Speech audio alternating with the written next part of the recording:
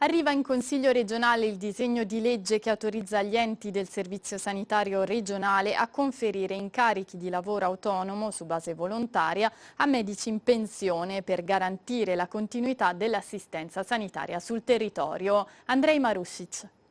In terza commissione il provvedimento è stato approvato all'unanimità. I due schieramenti hanno annunciato il voto favorevole anche dopo la discussione finale. Carlo Bolzonello, Federica Presidente, primo relatore, ha ribadito la straordinarietà e la temporaneità della soluzione che corre in parallelo al percorso nazionale.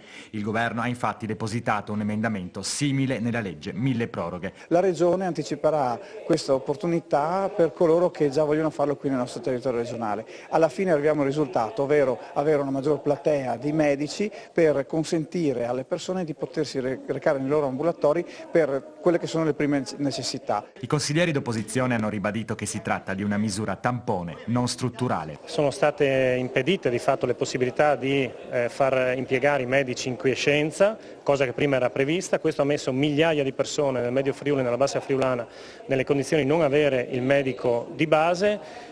Oggi noi con una norma regionale mettiamo una pezza a questa situazione. Consel per il gruppo misto ha presentato emendamenti tecnici, estensione della norma al 31 dicembre 2028, incarichi di durata non inferiore a 6 mesi e limite ai conferimenti per medici in quiescenza da oltre 5 anni. Dal PD la richiesta di correttivi che incentivano l'arrivo di medici da fuori regione, soprattutto sul fronte abitativo.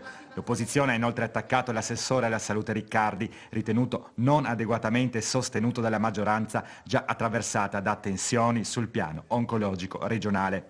In apertura di seduta il ricordo dell'ex consigliere Giancarlo Casula, seguito dalla celebrazione del giorno della memoria. Federica ha denunciato il ritorno dell'antisemitismo e la perdita di sensibilità, chiedendo maggiore impegno istituzionale ed educativo. Infine è stata espressa solidarietà bipartisan agli agenti di polizia feriti a Torino.